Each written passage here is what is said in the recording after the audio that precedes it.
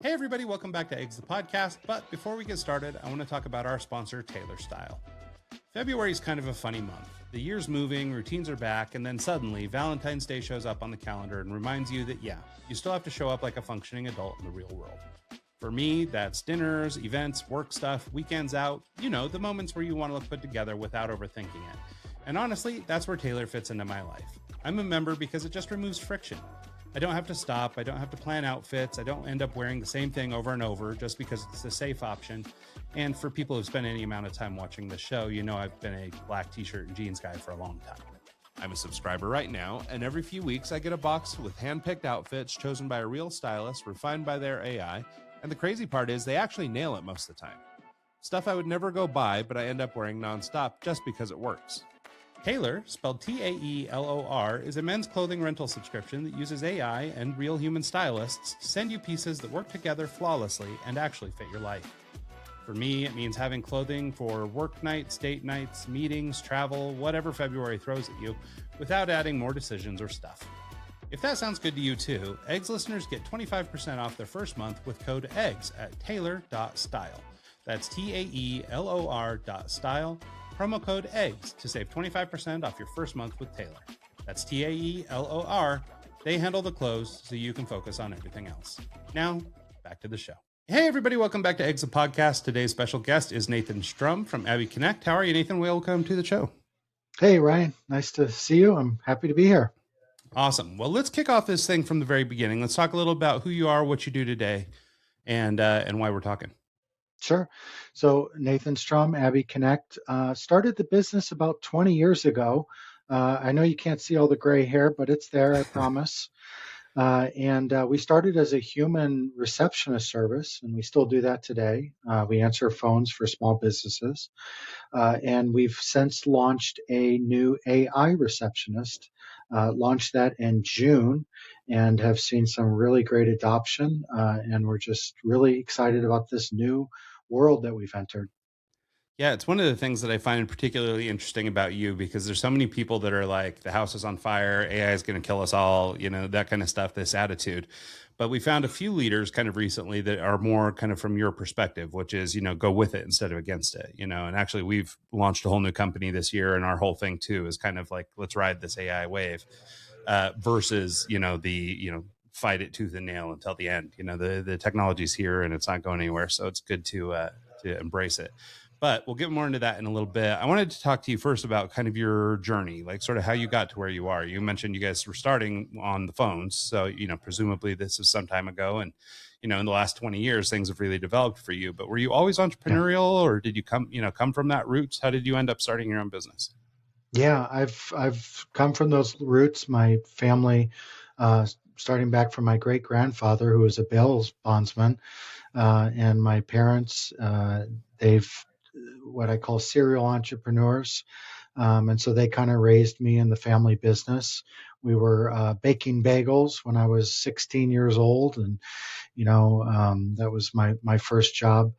But it's been a learning lesson. I've learned everything on the job, as most entrepreneurs these days do. Well, it's so funny. So if the family business is baking bagels, how do you get from there to taking phone calls? Like, what's the transition like when you decide, hey, I'm going to start this business and here's what we're going to do? Sure. Yeah.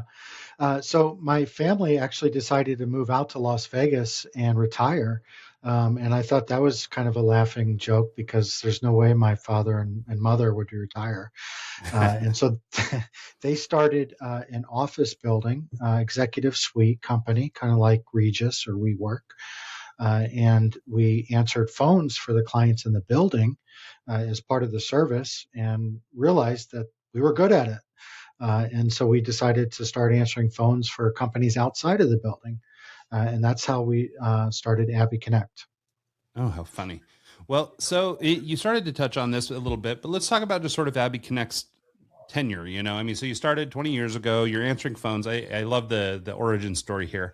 But as you start to move down that path and you start to grow and you develop, there's some like sort of, I guess I would think of them as like being core tenets or core philosophies with you that are really around human connection and how you're trying to create sort of a collaborative environment between people And, now you're leveraging more technology maybe than you were in the past, but I imagine that ethos has sort of carried you throughout your career. Do you mind talking about that a little bit? Yeah, absolutely. So, as a small business owner and family business, um, the way that we always realize back from cooking bagels and competing against Einstein and Starbucks, the way that we compete is by customer service. And so that, couldn't even holds true to every business.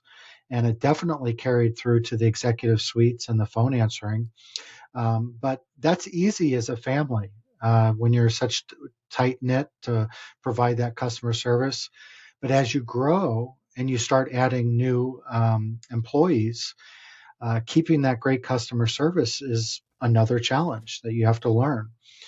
And so what we learned really quickly was that it was all about culture.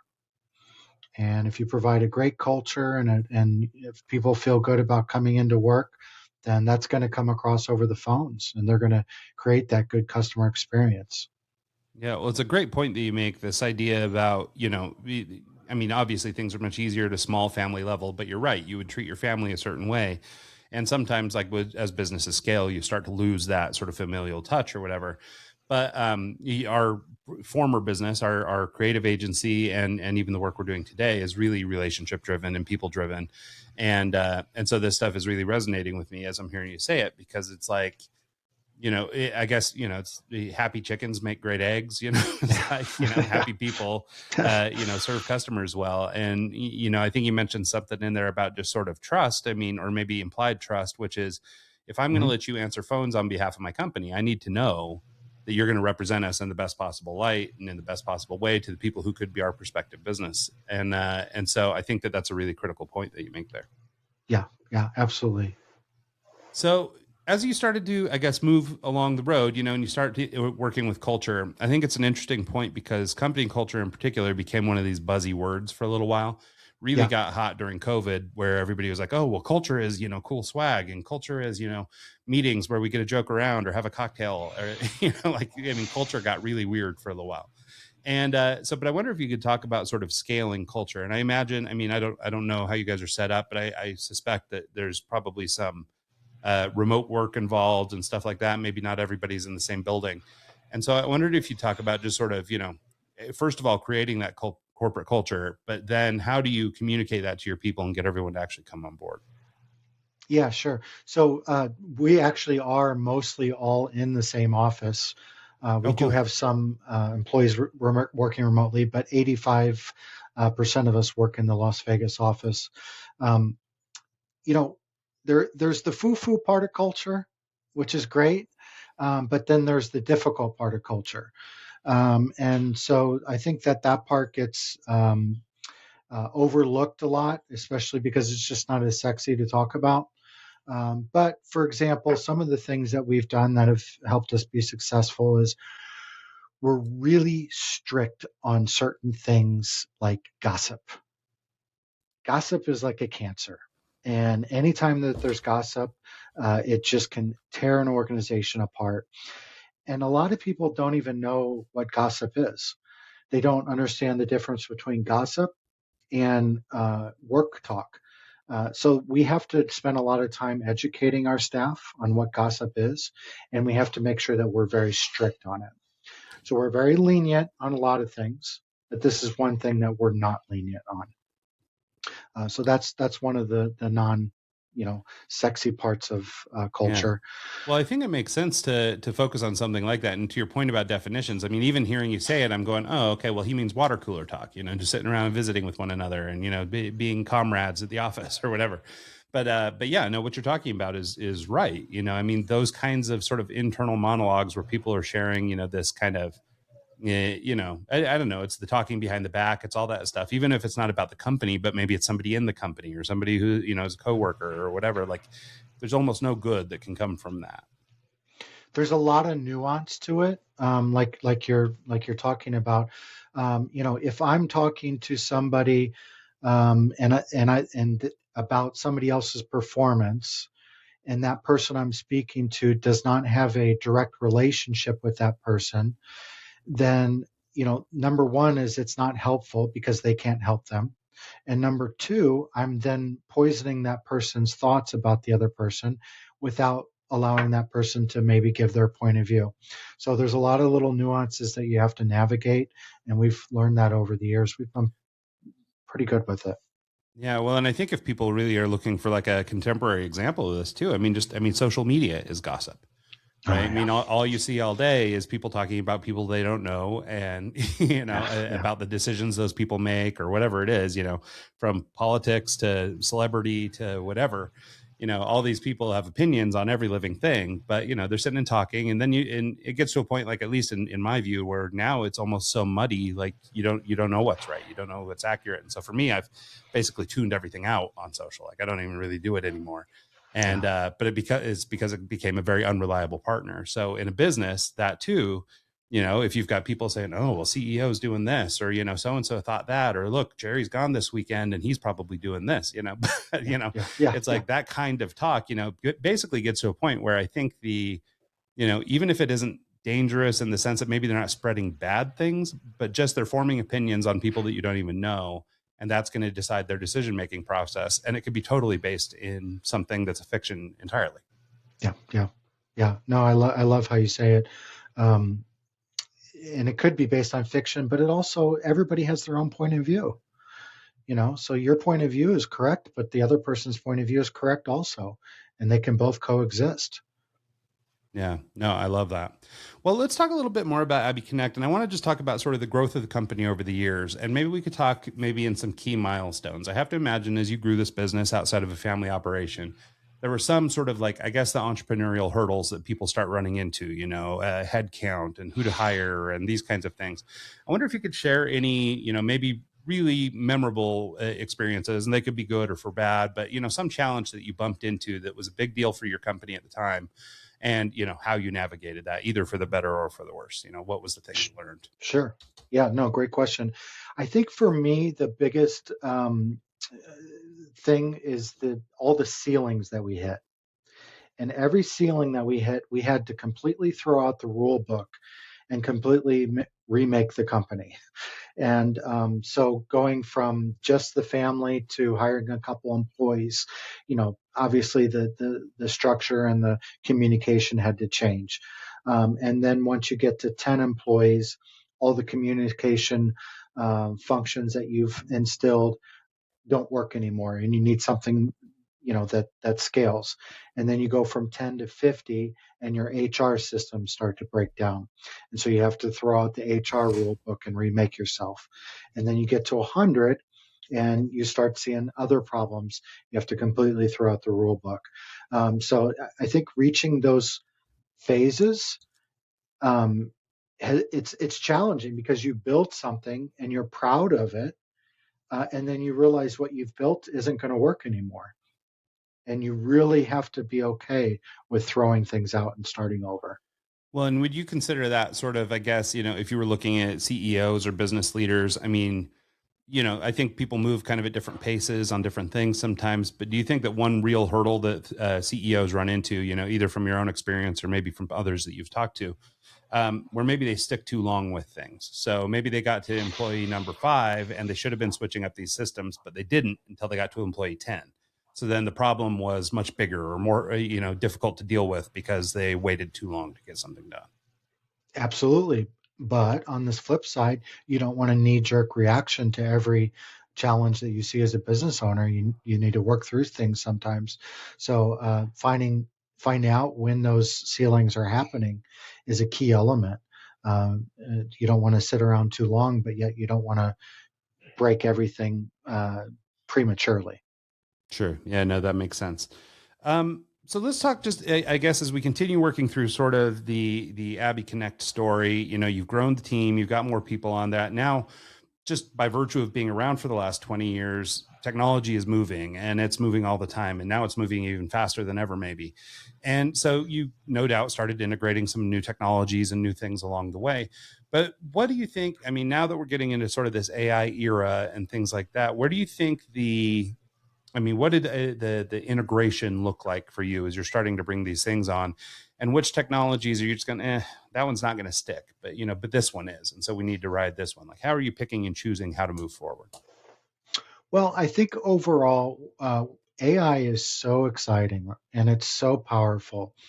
But I do think that people are overstating what it's going to do.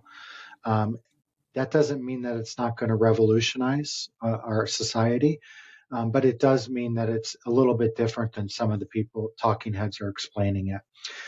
And I know that with our own service, there's some fascinating things that we're doing with AI over the phone. But there's a lot of edge cases that just cannot be planned for and AI cannot handle. And that's when you still need that human. You need that human to be there to take that call when it doesn't go well for the AI. Anytime, for example, in our service, we listen for points of friction. So anytime somebody has to repeat themselves 3 times, or let's say somebody uses certain keywords that make it known that they're upset with the way that the call is going, or let's say that they have a heavy accent and the AI can't understand it, or they just say, "I want to speak to a human because I just don't like you." Um, you have to be ready to take that call as a human and to be able to provide that customer service seamlessly. And so that's how we're building our technology to be able to use the human and the AI um, with the same call path, if you will. Mm-hmm. So as you started to roll this out and you start rolling out these AI receptionists and people are starting to interact with these things, what do you think is your biggest surprise or the biggest aha that you've had so far in terms of, you know, people interacting with it, are people liking it more than you thought or hating it more than you thought? Have you had any big insights come from that yet? Absolutely. That question is perfect for this situation we had.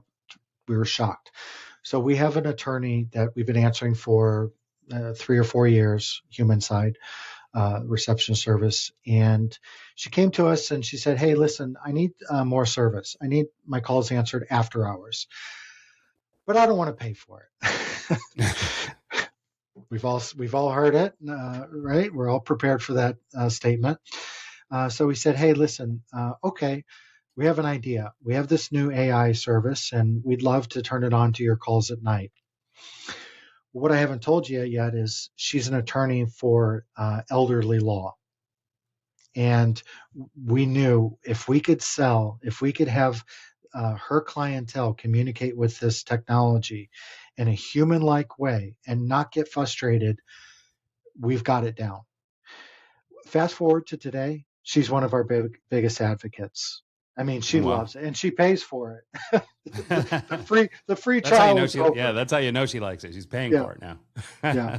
And they communicate with it. They're happy. There's obviously a percentage of calls that get routed to a human, but nothing more than the general public. And it's just great to listen to hear them communicate with it on a human-like level. Yeah, no, I love that. Well, and I mean, now that you say that, it seems like it might actually work better for folks like that. Maybe they're using simpler language or the problem they're trying to solve is maybe a little more clearly defined.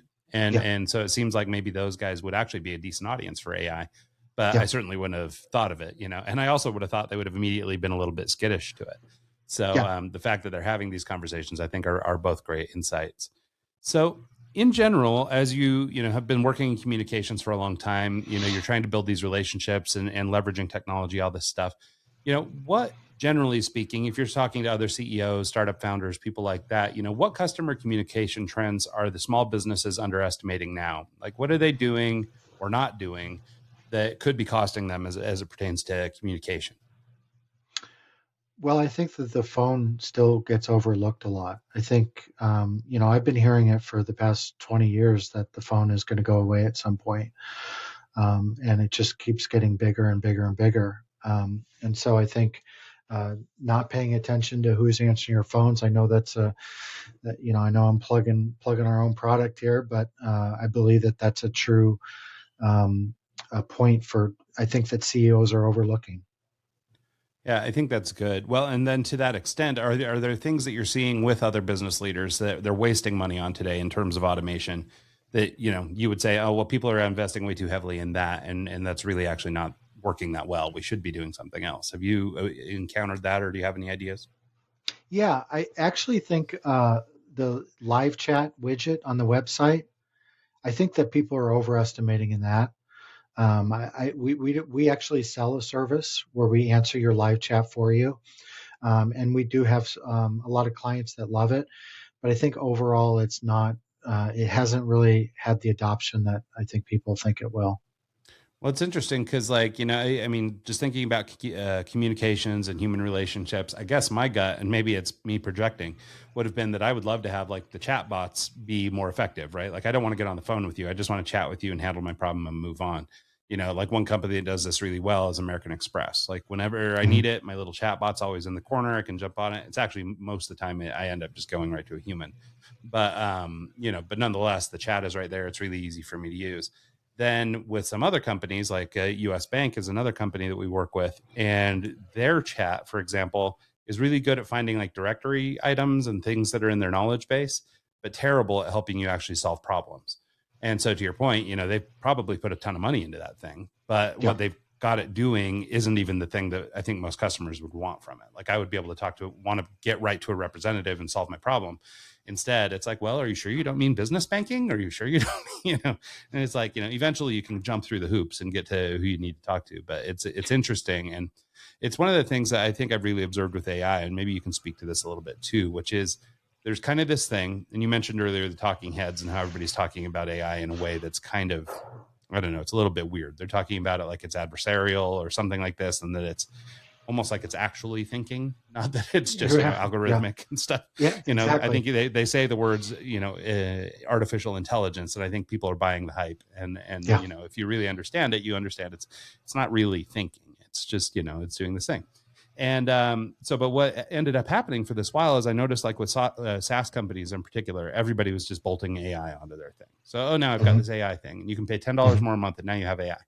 Yep. And most of the time, it seems like, with only a couple exceptions that I can think of, it's like, what are we even doing here? Like, it takes me more time to use your AI than just to read the quick help document on how to do what I'm trying to do, or whatever. And and I've found a lot of people doing that. So I wonder, in your experience, maybe you're seeing something similar, but what are your thoughts on sort of early adoption of AI and who's doing it the right way? Well, I'll admit that we're guilty of that. In the very beginning, when the revolution started in 2022, ChatGPT, um, we bolted on some AI functionality, and it you know it was useful if you did use it, but it didn't change the paradigm shift of what our service is. Now with the AI receptionist, that's completely changed. This is a whole product that's driven by AI. But to your point, bolting on the services, I think we all fell into that trap, and we thought that it was going to help our businesses, and it just didn't. Um, I think does that answer your question? Yeah, yeah. I was basically just trying to get to the point. There are a lot of people using it maybe in the wrong way, and I think part of it is how we think Mm, about it and all that stuff. Which is, we're integrating this into our product. It's helping you. I mean, maybe it's kind of useful. Maybe you can navigate around, or you can ask in more of natural language type questions and that kind of thing. But I found that for the most part, everybody was charging you 10 or 15 bucks. They're saying, hey, you have access to all these models, you have all this stuff, but really all you're doing is trying to locate like a project in a project management platform, or you're trying to find, some asset that you've used before or something. Like, it doesn't really require AI outside of, this is a sophisticated search approach. So it seems like there were a lot of people kind of bolting it on like it was going to be this magic bullet, that now our software is amazing. It was bad before, but now with AI it's amazing. And I think in a lot of cases people were just using it wrong. yeah. Do you remember when the iPhone came out? All the apps, they Hmm. were useless. Yeah. I mean, it took years until a company like Uber came along and really, created a game-changing service. But the apps were just wrappers to websites. There was no utility to them other than going to a website and not having to log in. And I Yeah. think that's where we're at with AI. I think that we will get to a point where we're getting some really useful tools, and we're seeing some companies like Abbey develop those tools, but we're still seeing a lot of the slop, Yeah. as they say. Yeah. Well, and I think you're right. I mean, maybe this is just part of tech evolution, right? I mean, you've got to have your Mhm. early adopters and people jump in and they push that technology to its bounds. And then, version 2 comes out and now we can get even further and further and further. Like I've even noticed just in my own AI journey, and working with numerous different platforms for numerous different things, from coding to design to writing to, whatever. It's, I've really seen the evolution, or this arc so far. And it's like, every iteration is just a little better and a little better and a little better. And it does seem like we're maybe starting to plateau a little bit. Like it's not quite so hockey stick that it used to be, but nonetheless, it's getting better and stronger. And it's, so, I mean, if you put fast forward 5 years, what does that look like then? So, Yeah. so that's pretty exciting. Um, Something I think that's kind of interesting about your sort of, I don't know if we call it your business philosophy or your management style or what it is, but one thing that you think of specific value on is how entry level employees transition into these roles. Mhm. And I wonder if you'd talk a little bit about just sort of, this focus on entry level people and what it is you hope to achieve by, I guess, sort of thinking about them specifically, because I think oftentimes those folks are overlooked. Yeah, thank you. So, number one is we've always known that our moat is people. Our moat is people and culture, and that's what we're good at. That's what we're always going to be good at, and that's our North Star. So, even as this AI revolution hit, we knew it's all going to be about people. And even if we do get into these tools, it's about people. And so we knew that we were going to have to bring these people along with us. And we hire for personality and not for skills. That's part of our culture. 99% of the people at Abbey started as a receptionist and worked their way up from that entry level position. And so we started very early with getting people comfortable with AI. We started talking about using it in our personal lives, and we started a Teams group and just kind of talked about different use cases and different fun things we were doing with it, and just starting getting people comfortable with it. And then we started talking about the jobs that we foresee, coming in Abbey at Abbey in the future. And then we started building out progression plans for those jobs. And then we started building out in our learning management system classes and courses for people to take to learn AI and to be ready for that next part of their career. So even if they take what they've learned and use it at Abbey, or if they take what they've learned and use it somewhere else, as long as they're learning and growing and keeping up, that helps our culture. And so that's what we're focused on. Yeah, no, I really like that. And I think that, I think if anybody really looks back at themselves and thinks of jobs they've had and things like that, I mean, a lot of times we get in because we know somebody or we have a friend or somebody vouches for us or whatever it is. And a lot of times you get hired for a role only to find out the role is something else entirely. And you just Yeah. grow and you learn on the job and you get good at it. And that's what you do. And, Yeah. but if you were to try and hire for that job specifically, like even my own son has dealt with this recently. He's 19 and he's trying to find work, but it's like, but dad, I do all these things. Like I could, so I want to apply for this job as a, a barista somewhere or something, but I do all these things. So they're trying to hire for this very specific thing. And I'm like, all you got to do is talk to them about the things you do that are relevant to being a barista, and Yeah. it's like what you Yeah. were just describing, personality things. It's, hey, are you easy to work with? Are you coachable? Are people going to be, are you friendly? These kinds of things. Like they'll teach you how to run the coffee machine. You don't need to be an expert to run the coffee machine to get the Right. job as a barista. Yeah. Instead, they'll teach you that part, and so I think it's really interesting looking at, or trying to understand the other skills. Right. And some of that, I think, ends up being a hurdle for folks, when they want a job or something and they go, well, I don't know how to, I don't know how to do XYZ, but I'd really like to work for this company and I don't know how to do it. And, but the reality is, like, if they're hiring on other features, if it isn't something highly technical where you have to be like a, an engineer or something with specific training, most of the time you'll learn on the job. And so by looking for these different characteristics, I think that's a really interesting way or a smart way to hire. But it's also, I guess, really in tune with the kind of work you're doing. Are there other characteristics besides just sort of personality that you would look into, maybe more than technical ability in like AI augmented workforce? Like what other stuff are you looking for in an employee? Well, we look for somebody that has an open mind and wants to learn. And if you have an open mind and you want to learn, that can take you a long way.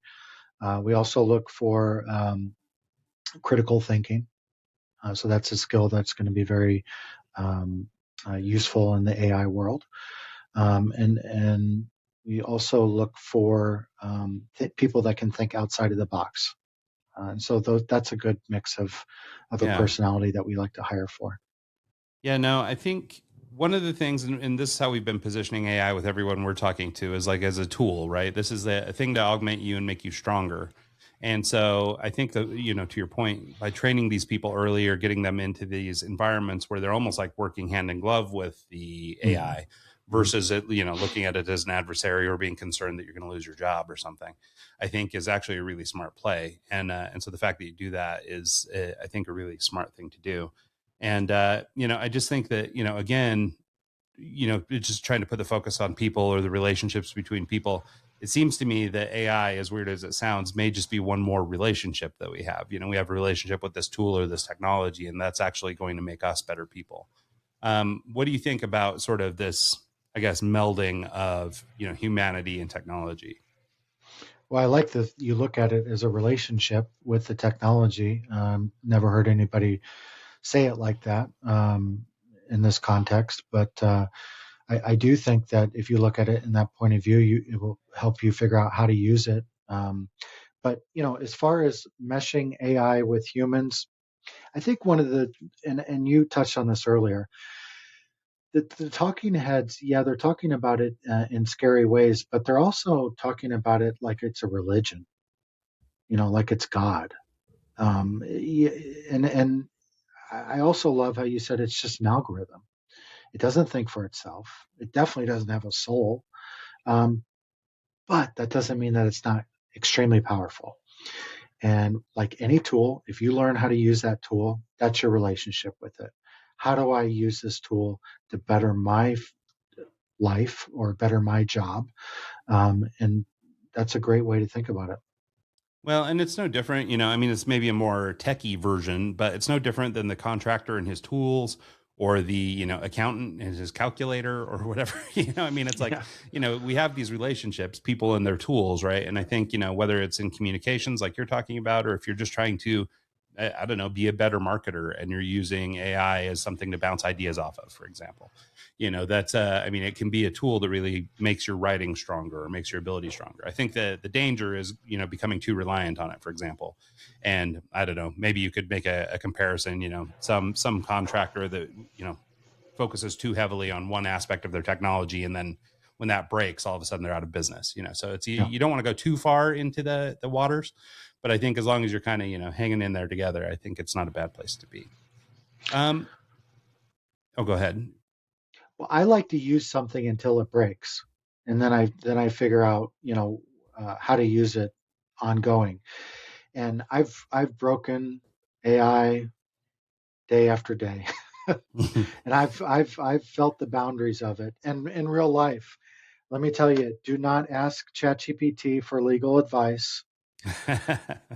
Do not ask it for creative advice in marketing. And also, do not let it scan every single resume and tell you who to hire. These are some of the lessons I've already learned.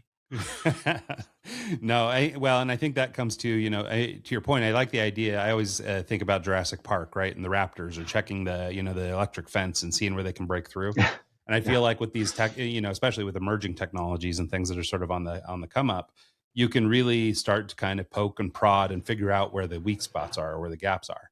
Like Yeah. I've managed to accomplish some pretty incredible things with like coding and stuff like that. Things I used to hire teams for. Now I'm able to comp up on my own. Yeah. But if somebody came behind me and looked at my code, it's probably terrible and it's probably full of errors and all this stuff. But the AI just patches and works over and patches and works over, And so, I mean, I have no doubt that it's not perfect, but that's okay because for what I'm trying to do, if I'm demoing websites or whatever, but I would never do one that was production based that I built myself that somebody's got to live on. Like it's just I'm not there yet. Now maybe soon, or maybe it is already. I know a lot of people really like Claude Code and some of these other platforms, so maybe it's already there. But I think for a novice or like for me, like I've run software teams from like a managerial standpoint, so I could talk to Mhm. the software team or talk to ChatGPT or whatever from the perspective of I understand how software works, and that's given me I guess the little add-on or the superpower of now being able to code it too. Yeah. where in the past I would have had to hire somebody for that. But if I didn't Yeah. know what I was doing at all and I wasn't asking the right questions or whatever, you could end up with really, murky output. So I think it's a good point though. I wanted to ask you a couple questions about just sort of leadership in general. We talked earlier about sort of how Abbey was growing and you got to 10 to 50 employees, et cetera. What do you think the biggest changes were for you and when? So, for a lot of young entrepreneurs, I mean, I've heard the numbers, around 5 employees, everything changes. Around, Yeah. 50 employees, everything changes. And I think you've kind of cited both of those as milestones.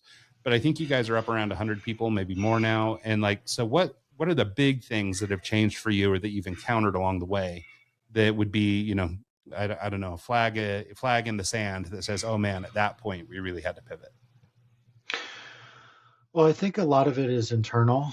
For me, that was a challenge. So, for example, when I started my career and very early on, I was very focused on product, and I still am. I still love product, and I still love looking at how the customer thinks and what problems we can solve for the customer. I think that's a good one of the foundations of the business. But what I found out really quickly was somebody in my position, I had to be worried about the people, right? And so I had to really change how I view business, how I view our business, and how I interact with people. And that was an internal change that I had to make, and it was very difficult for me. And so making that migration, I would say, was one of the biggest challenges that I personally have come across. Okay. Well, and then maybe in that vein, do you have one, I don't know, thing that comes to mind if you talk about maybe the decision that took you the longest to make and why? Like, is there something, we talked earlier about people dragging their feet or moving too fast. Is there something in your career that you could point to that's like, oh man, I really should have moved more quickly on this, but I didn't. And, I should have, and here's why. Firing people. Okay. Yeah, That's a good one. it's tough. It's always tough to part ways, and sometimes it's easy, but sometimes it's very difficult because there's a couple of instances that I can think of, and these are the real difficult ones. So when you have an employee that is extremely smart, extremely capable, and extremely experienced, and has a very good success record, but they don't work out in your company, and it's 9 times out of 10 or 10 out of 10 is a culture fit, and letting go of somebody like that is really tough because it's hard as a business owner to attract the right talent. And when you have somebody that is truly that smart and that capable, it's really hard to part ways with them. But at the same time, if there's a culture mismatch, it just tears up the entire company, and you just cannot live with that. Yeah, well, and it makes sense too. This might dovetail into some of the stuff you talked about earlier with gossip and things like that. Like if you have a person like this, but they're generally unhappy, unhappy people talk and they tell people about it. And, Yeah, that could help maybe poison the well or change the opinions of other people. So that makes a lot of sense. yeah. So I wanted to talk to you too, and we kind of touched on it before, but I wanted to see if we could put a little bit of a wrapper on it. Just this idea of how do you balance innovation speed with operational stability? So you mentioned early, a couple, ready, fire, aim moments where you were bolting on AI and stuff like that. But as you've started to grow with it, at what rate or how do you balance sort of, I guess, that speed of gathering innovation or working with new technologies, yet keeping your product stable? Well, that question, I guarantee you, has changed. The answer to that is changing on a daily basis now.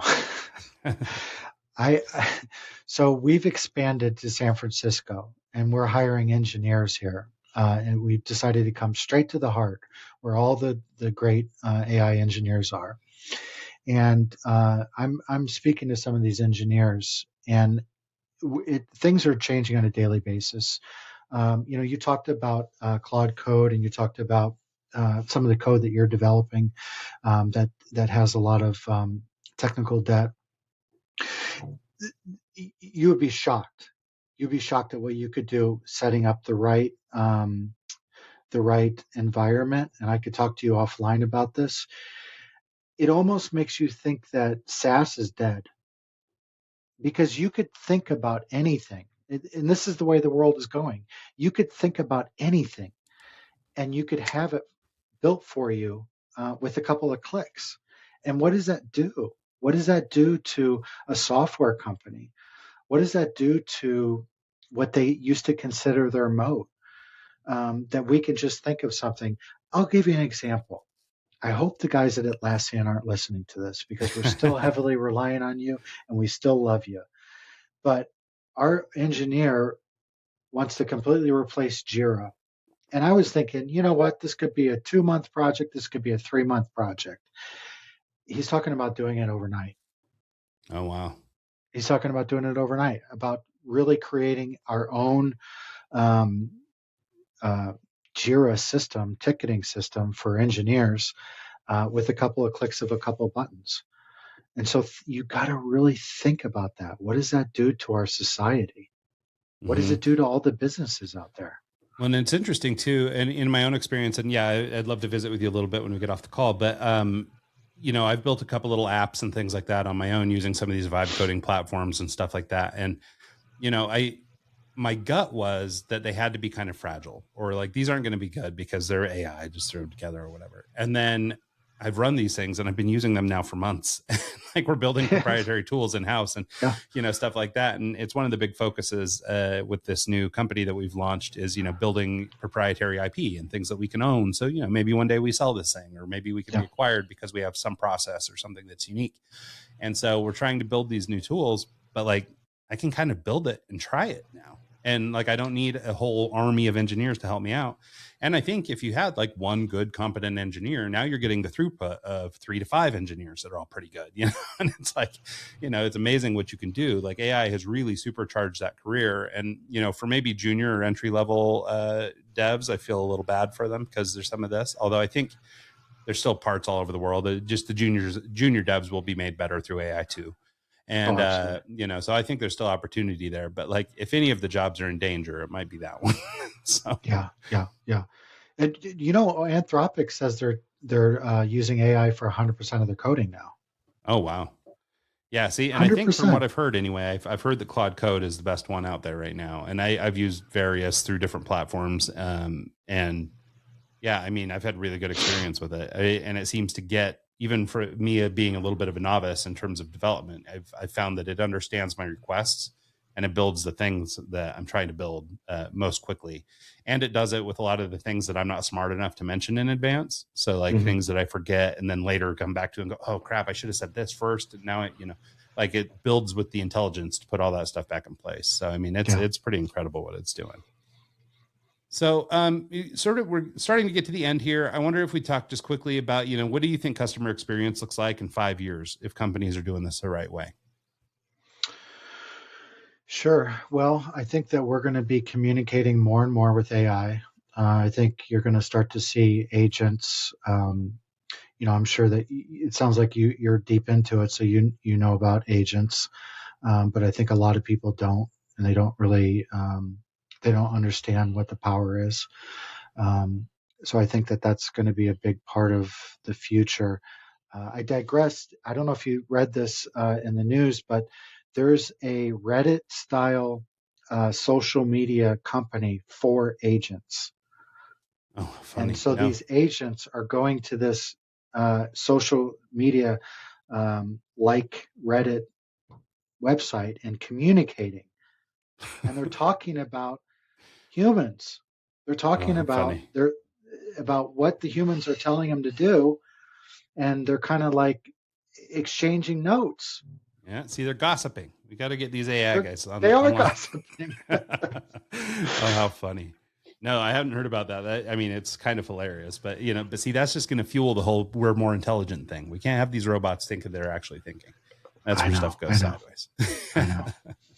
So, all right, cool. Well, let's. Where can people start to track you down, connect with Abbey Connect if they're interested in learning more about the product or the service, or if they'd like to connect with you online? Where are the best places people can get in touch? Yeah, I'd love them to come to Abbey.com, our website, and try a free trial of our service. And they can also find us on social media. My handle is Nathan Strum, and our company's handle is Abbey Connect. Awesome. Yeah, no, that's great. Well, and for people wondering, it's ABBY, by the way, Abby.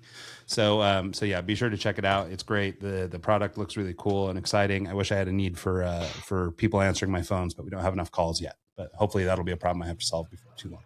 So, well, thank you so much, Nathan. I really appreciate you taking the time to do this. Absolutely. And thanks so much to everybody who tunes into the show this week and every week. And we'll see you guys next time.